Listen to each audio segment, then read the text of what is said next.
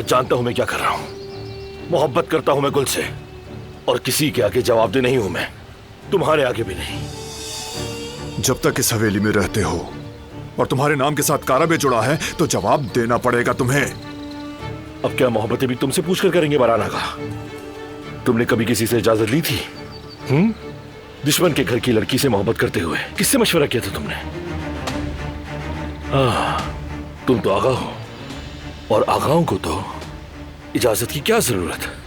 आगा को जो भी पसंद आ गया उससे मोहब्बत कर ली।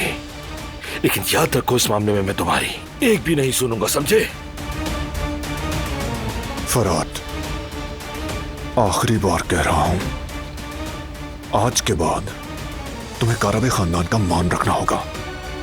अगर एक गलती और की तो मिटा दूंगा तुम्हें, समझ गए?